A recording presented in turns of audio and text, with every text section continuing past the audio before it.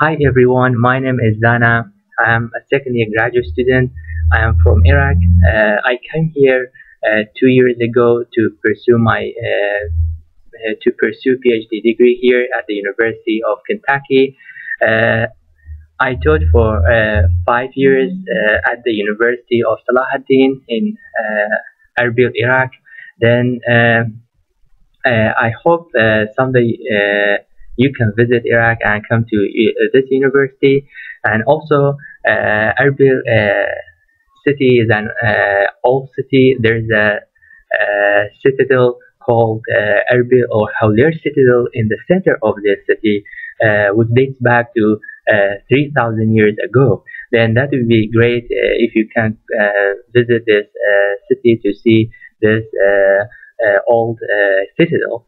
Then I'm in Dr. Cooper's lab.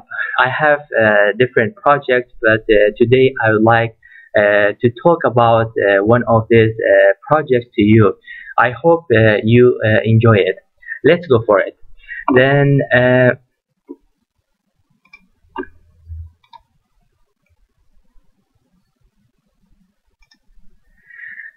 my project is on the pharmacogenetic approach in directing inhibition of the larval heart in Drosophila melanogaster.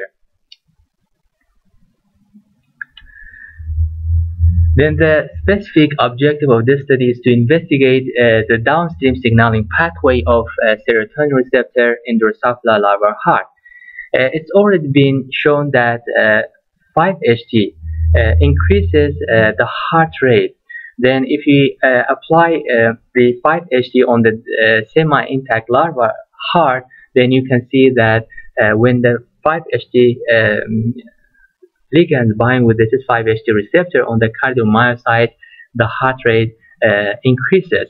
Here you can see that this is the heart rate inside the saline. This is the heart rate beats per minute. You can see that the inside the saline is about 80 beats per minute. But when you change the saline to 5-HT containing saline, 100 nanomolar, then you can see that the heart rate increased markedly. Also, this figure shows the percentage change of the heart rate from saline to 5-HT. You can see that the heart rate dramatically changed. It's about 78%. Therefore, we like to further investigate the signaling pathway of 5-HT. Then, when 5-HT binds with its receptors, then this receptor is a GPCR receptor, which is called G protein coupler receptor. Then this is an integral protein inside the membrane, which spans 7 times inside the cell membrane. Therefore, it's called a 7-transmembrane protein or serpentine receptor. Then when this binds with receptor, then how it affects on the downstream signaling pathways. Is it activated in a cyclase or is it activated phospholipases? Then we don't know about all these molecular mechanisms. Therefore, we try to investigate the signaling pathway of 5-HT effect on the heart. Usually when a ligand or any chemical increases the heart rate, we say it has this chemical has a positive chronotropic effect. When you say that the 5-HT has positive chronotropic effect, it means it increases the heart rate. Then for this purpose, we use a genetic approach. Here we have DREADS. Then DREADS stands for designer receptors exclusively activated by designer drugs. Then DREADS are modified muscarinic GPCR receptors. They are either coupled with GQ, GS, or GI. You know that the muscarinic receptors, they are GPCR receptors, and they activated by acetylcholine. But here, those receptors, those muscarinic receptors, are modified by point mutations because you know that the configuration of this receptor is very important to bind with their ligands. If you change just one amino acid by point mutation, then it will affect on the configuration or the overall 3D structure of the proteins. Then it causes some kind of disturbance between the ligand and receptor. Then in this case, when they modified these receptors, then those receptors cannot respond to their natural ligand, which is acetylcholine, but instead they can be activated by another synthetic chemical which is not found inside the body of organism, which is called clozapine N oxide or CNO. Then CNO is considered as an inert molecule. It means that it doesn't bind with any receptors inside the body of organism. Then here that would be a very good approach to study the effect of GPCR receptors on the different physiological aspects here. Then because CNO just binds with DREAD receptors, then we know that if you get any effect or change in cellular response, then we know that it's through activation of GQGS or GI. This is a crystal structure of GPCR receptors, which is bound with heterotrimeric G protein. You can see that here this red color protein is G protein coupled receptor. It spans the cell membrane 7 times. Here you can see that this part is a ligand bound with the GPCR receptor. Then in case when it's unbound with a ligand, then it has a different configuration when it's bound with a ligand. Here you can see at the cytoplasmic region there is a big protein which is called heterotrimeric G protein. It's called heterotrimeric because it consists of G alpha, beta, and gamma. Here you can see that the green color is G alpha, the cyan color is G beta, and the yellow color is G gamma. When the ligand binds with the GPCR receptor, then it causes a conformational change in a G protein. Then in inactive state, the G protein is bound with GDP. While when the conformation or when it is activated by the GPCR, then the G alpha, which is bound with G beta and gamma, dissociates from these 2 other subunits. Then when G alpha dissociates from G beta and gamma, then G alpha activates adenyl cyclase or phospholipase C, and also the G beta and gamma will be free, and the G beta and gamma can activate the other proteins. It might be channels like calcium channels or potassium channels. Then it causes a change in cell physiology.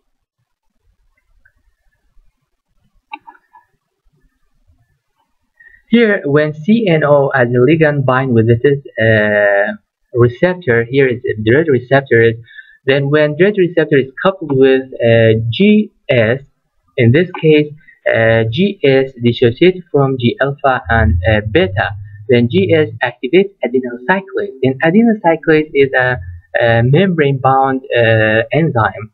Then the active adenyl cyclase can convert ATP. We all know that ATP is a energy currency inside the cell. Then it changed the ATP to cyclic AMP. The cyclic AMP combined with regulatory subunits of CMP dependent protein kinase, which is called PKA, and it causes dissociation of regulatory subunits of PKA from the active subunits. Then the active subunits activate or phosphorylate the other proteins. But in case when CNO binds with DREAD and DREAD coupled with GQ, then GQ activates phospholipase C. The phospholipase C catalyzes the cleavage of phosphoinositol biphosphate, PIP2.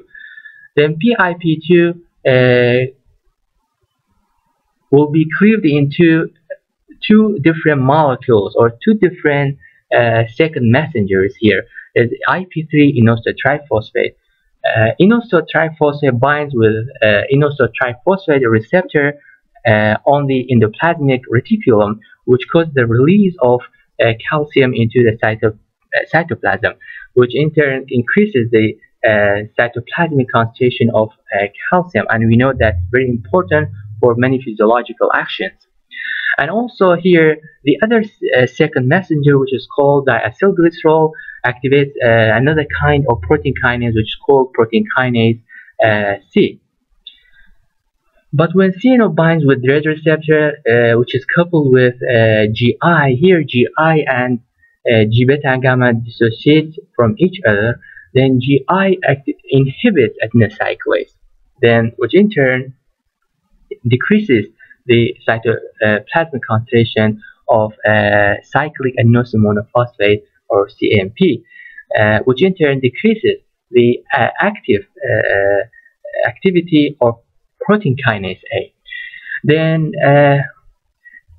here we can see that also this is heterotrimeric G protein, and also like I said, that GI inhibits adenocyclase, and it's known that G beta and gamma can activate some proteins like potassium channels.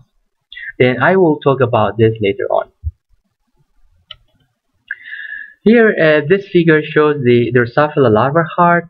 Then figure A shows the intact larvae. We can see trachea here. These two lines or strips, they are trachea. At the end of each trachea, there is a spiracle. Then the larva can respirate through this spiracle. Sometimes when you dissect the larvae, you usually put them inside the saline, then they usually put those spiracles outside the saline in order to respirate. Here is the dissected third instar larvae. We can see that this region here is a heart tube, and this is an aorta. They have a simple heart and also aorta. We usually invert the larvae in order to dissect them because the heart is located at the dorsal region. Then we have to dissect them at the ventral region in order not to damage the heart. Here, figure C is a bigger magnification of heart, and this is the heart and this is aorta. We can see that all these big cells surrounded the heart, or the heart is surrounded by those big cells. They are called pericardial cells. Then in this study, we used 4 Drosophila strains, 24B Gal4. This is the Gal4 driver. Then the UAS M1D. This one is coupled with GQ. Then if we cross 24B Gal4 driver, which is specific for muscle fibers, with USM1D, then the progeny will have the M1D receptor in all muscle fibers, including cardiomyocytes. Then this is a very common system, which is called Gal4 or UAS Gal4 binary system in Drosophila. Is a very successful system in order to express your gene of interest in specific tissue. Like if you want to express your gene of interest just muscle fibers, then we cross our transgenes like USM1D, USM3D, USM4D with 24B Gal4. Then this system was devised by Brand and Perimont. Here, when we cross 24B Gal4 with USM1D, then the progeny express this receptor in the whole muscle fibers. Then with GQ activate GQ, then GQ activates phospholipase C, then phospholipase C catalyzes the cleavage of PIP2 into IPC and DAG. When we cross 24B gal4 with UAS-M3D, then this one M3D coupled with GS, then GS activates adenocyclase. When you cross 24B gal4 with UAS-M4D, then the progeny express M4D in the whole muscle fibers, which is coupled with GI. Then the active GI inhibits adenocyclase. Here, this figure shows the results of our experiment. Then this two columns shows the effect of changing saline with CNO in canton S, which is considered as a wild type light. Then we can see that changing saline to CNO that increased the heart rate in canton S. Like I said, that is a mechanical effect on the heart. While in M1D1, when you cross US M1D with 24B GFE, which is coupled with GQ, we didn't observe a significant difference between saline and CNO. Also, we didn't observe a significant change in M3D1-2, which is coupled with GS. Here, we didn't observe a significant change between the saline and CNO. However, we observed a significant difference between saline and CNO in the M4D, which is coupled with a GI. When we applied CNO, we observed that the heart rate significantly decreased, or some of them stopped. Here, therefore, we try to focus on M4D line. This little video shows the effect of GI activation on the heart. You can see here that this is inside, you can see that the heart is beating very well inside the saline. This is H of free saline.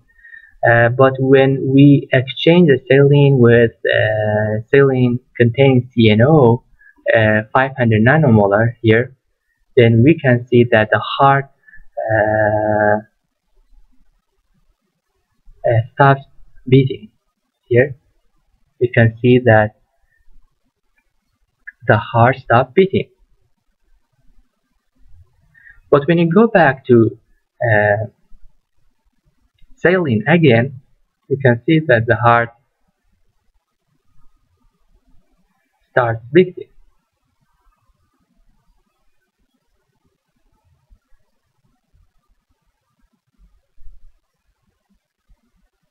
It came back again. That's cool. Then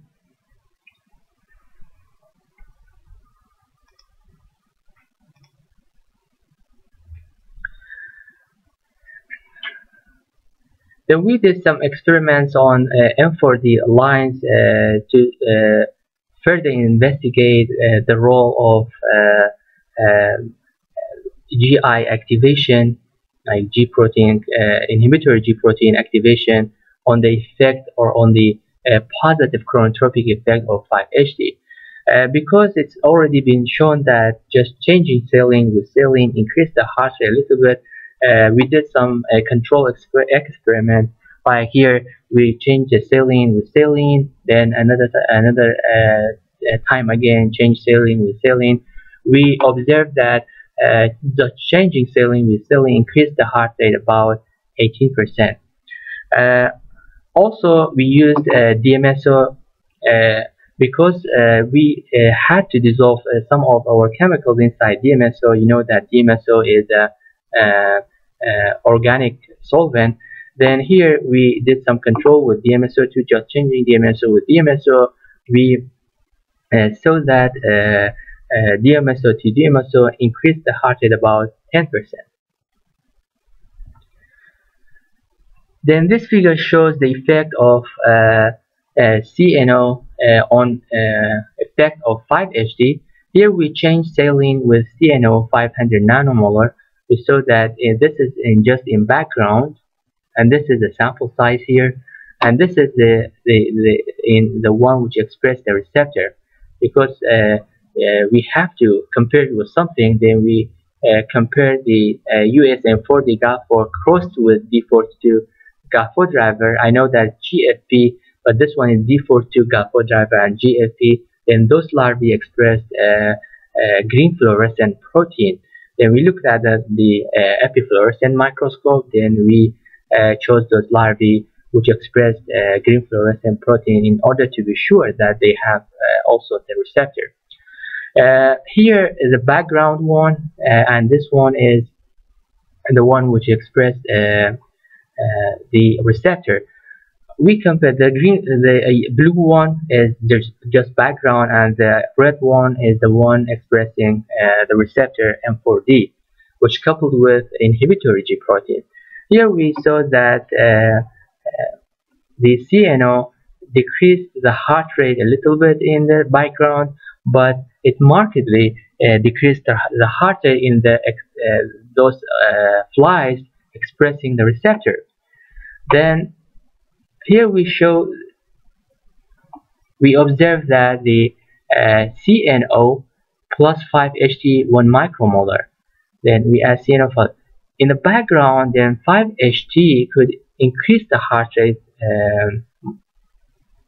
We can see that the 5-HT could increase the heart rate, but in the one expressing the receptor, we saw that CNO plus 5-HT. Then we saw that the CNO, which activates the inhibitory G protein, inhibit the positive chronotropic effect of 5-HT. Like I said, when you say positive chronotropic effect means it has the ability to increase the heart rate. Then 5-HT has a positive chronotropic effect, but when we add CNO plus 5-HT, then CNO inhibited the positive chronotropic of 5-HT. But when we go back to saline, we can see that the heart starts to beat again. It means that the heart they are intact, and because sometimes some chemicals affects on the cell, and it might cause some kind of death. But here we can see that the heart come back again, it increased again. But here we observe that CNO can prevent the effect of 5-HT. Also here we add saline, we change saline with 5-HT this time instead of saline with CNO, then to see what happens. Here when this one is USM40 crossed with 24B GAL4 GFP. When you exchange saline with 5-HT 1 micromolar, we can see that the heart rate drastically increased about 50%. But CNO 5-HT, so we can see here that the heart rate decreased a lot here.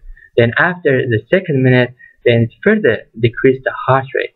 Then but after, when we go back to saline here, then we can see that the heart rate increased again. Then it means that activation of inhibitory G proteins inhibit the positive chronotropic effect of 5-HT. Then we can infer, or we can say here that 5-HT might work through activation of adenyl cyclase. Therefore, we want to further investigate the signaling pathway of 5-HT here. Then we use adenyl cyclase inhibitor to see if you add adenyl cyclase inhibitor. In this case, we use forskolin 13 micromolar. We wanted to know if forskolin increased the heart rate or not, because we know that activation of inhibitory G protein, which inhibits adenyl cyclase, reduces the heart rate. Then we used forskolin as an adenyl cyclase inhibitor. We saw that in background, this one and this one expressing receptor. Then we saw that forskolin increased the heart. This is when it changed from DMSO to CNO. It increased the heart a little bit, but CNO to forskolin with CNO, we saw that the CNO drastically drastically reduced the heart rate.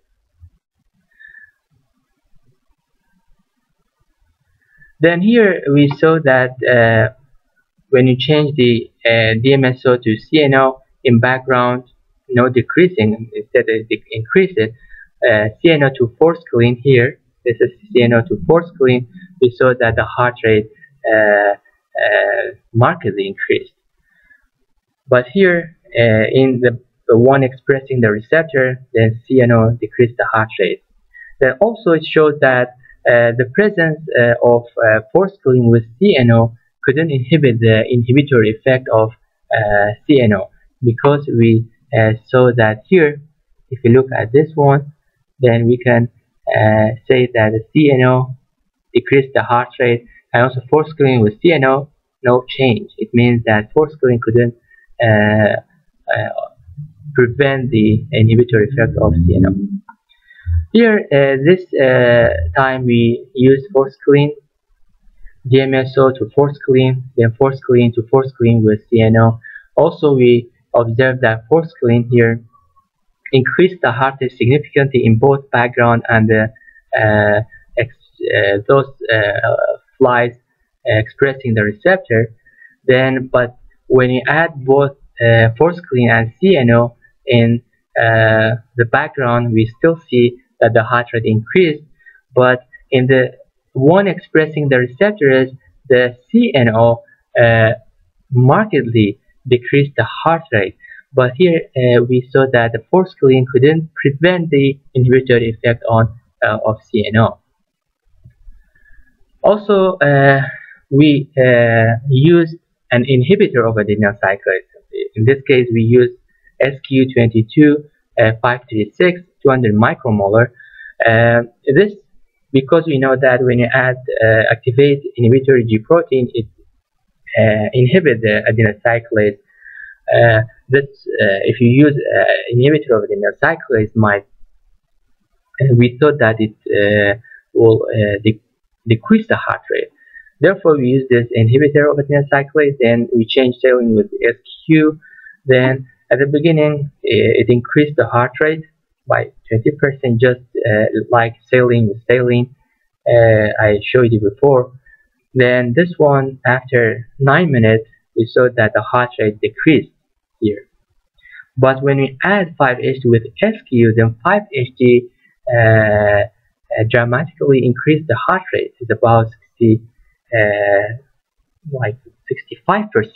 here. If you look at this one, then it means that SQ couldn't inhibit the positive chronotropic effect of 5-HT like GI did.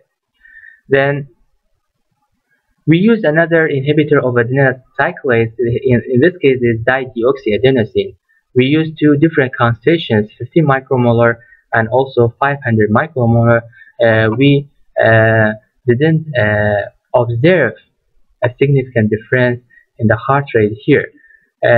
Here we saw that the 500 micromolar dideoxyadenosine decreased the heart rate here, but not a big decrease. It's not like activation of inhibitory G protein, but it decreased it. But when we add 50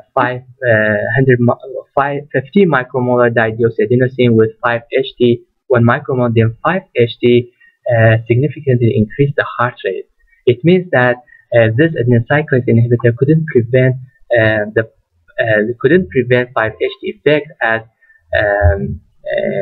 inhibitory G protein did. Then here also at the 500 micromolar we got the same result. So that we know that changing DMSO with DMSO increased the heart about 10%, but less than 10%. Then this might inhibit it a little bit, and after the second minute it decreased it more. Then, but when you add dideoxyadenosine with 5-HT, we see that the 5-HT here increased the heart rate, but it's not like this one. And this one is about 65%, but this one is about 58%. And we can see that dideoxyadenosine inhibit the but not too much, but not a big difference of effect of 5-HT.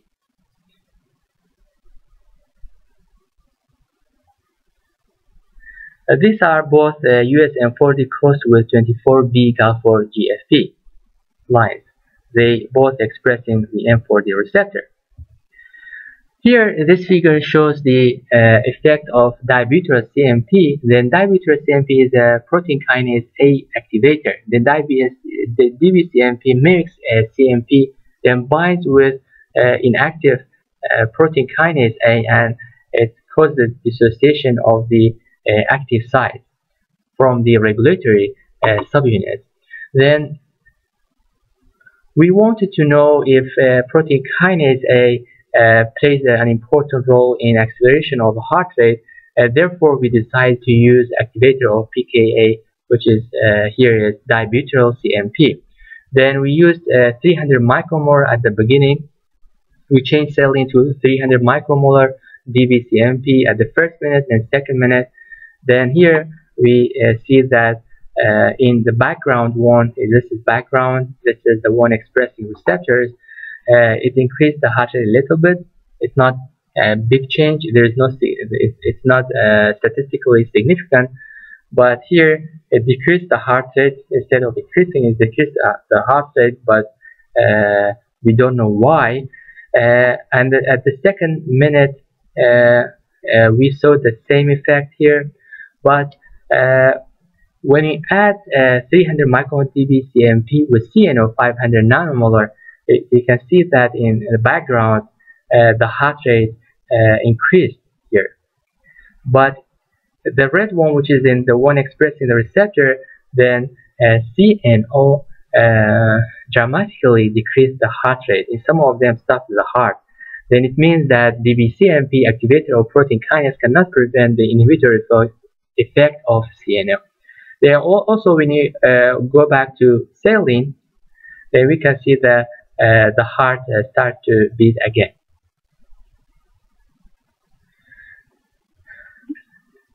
We used a higher concentration of DBCMP. At the beginning we used 300 micromolar, but here we used 1 millimolar. We used higher concentration to see what happened.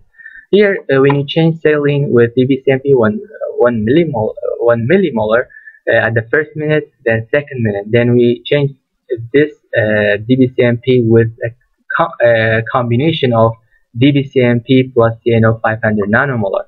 We saw that at the beginning it decreased the heart rate instead of increasing it, but we don't know the reason of this decreasing.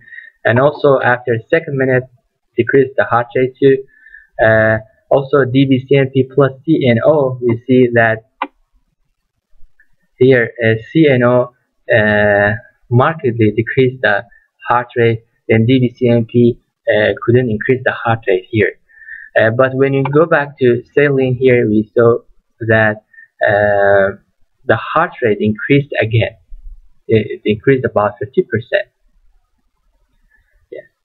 Then it means that DBCMP has an inhibitory effect on instead of activatory effect, but we don't know the underlying mechanism yet. Here we can explain the effect of forskolin as an adenocyclase activator. That when you add forskolin with CNO, forskolin couldn't prevent the effect of CNO. Then why, if the adenocyclase is important for the effect of 5-HT, then why activation of adenocyclase by forskolin couldn't inhibit the effect of CNO. Then here, when CNO bind with this 7-transmembrane receptor or GPCR, this modified GPCR, then it activates heterotrimeric G protein. Then this heterotrimeric G protein is GI, G beta and gamma, then GI inhibitory G protein dissociates from G beta and gamma, then GI inhibits adenocyclase while G beta and gamma activates potassium channel. Then we all know that potassium channel, when it opens this kind of G protein activated inwardly rectifying potassium channel, when G beta gamma activates this kind of potassium channel, then it causes the hyperpolarization of cardiomyocytes. Then it will be very difficult to fire an action potential here. Also, it inhibits adenocyclase. Then you should activate adenocyclase by forskolin and inhibit potassium channel by another inhibitor in order to inhibit the inhibitory effect of CNO here. Then we suggest that that inhibition, because we also inhibited the adenocyclase by SQ, but we didn't observe the same effect as CNO did. Then here, when you inhibit the adenocyclase by SQ, then it's not enough to decrease or stop the heart rate. Then in order to decrease the heart rate a lot or stop it, we both adenocyclase should be inhibited, and also potassium channel should be activated. Then when adenocyclase is inhibited, then less CMP will be made inside the cytoplasm, and when the potassium channel is activated, then it will cause the hyperpolarization of the cardiomyocyte. Then these two factors results in the deceleration of the heart rate. Then we explain this that SQ doesn't have a big effect on the heart rate by this molecular mechanism. Then we have to inhibit adenocyclase and activate potassium channel to decrease the heart rate. Here in this study, we concluded that M4 activation obscures the positive chronotropic effect of 5-HT in cardiomyocytes, and also that forskolin as an adenocyclase activator can increase the heart rate. Then I think that's the end of this talk. I hope you enjoy this talk, and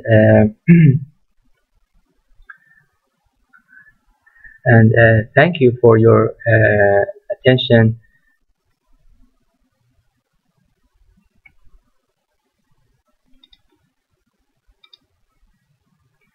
Yeah, I'd like to thank you for watching this video, and I hope you enjoyed it, and I look forward for your comments.